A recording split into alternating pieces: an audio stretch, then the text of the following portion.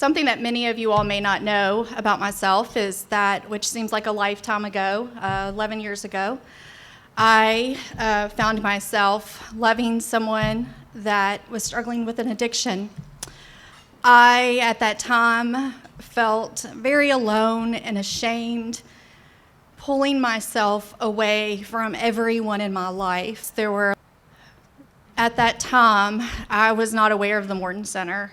I had no idea that there was a place for loved ones. It wasn't until 2009 when I walked through the doors at the Morton Center to come in and work that I found out, there's this place that you can come, the families can come, whether someone wants help for treatment or not. What I found at the Morton Center, even though that relationship had ended, still helped me recover and to understand that what I felt was okay and that I wasn't alone. While I felt alone, there were others that were right there feeling the same thing. I just didn't know where to go. The journey for the family is so important. The journey to recovery that has to happen for the family. And many of us, when we have a loved one, it's really hard to step out of that box and to ask, where do I go? What do I do? Because you really truly feel like you can control it, and at the end of the day, you can't. You can't control it.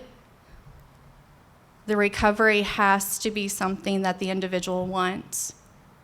I share this with you today because I know many of you also have loved ones, family members, co-workers that could also use a chair at the Morton Center for our family support.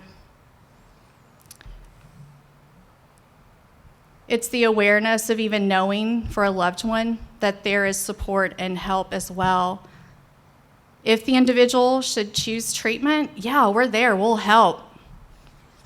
But it's also about how the families are torn apart and how they also need to have the healing. You know, that journey that I took, while it was really hard, I understand now the path and the journey to recovery that I also needed to take for myself. But it wasn't until I was able to walk through the doors at the Morton Center to be able to truly understand how this disease affects all of us. So I ask today for you to help me spread that message. Spread the message of your story, of a family member's story, because you never know who might be there who really needs to hear that and who really needs someone that can help just make them feel not alone. It's not a good feeling.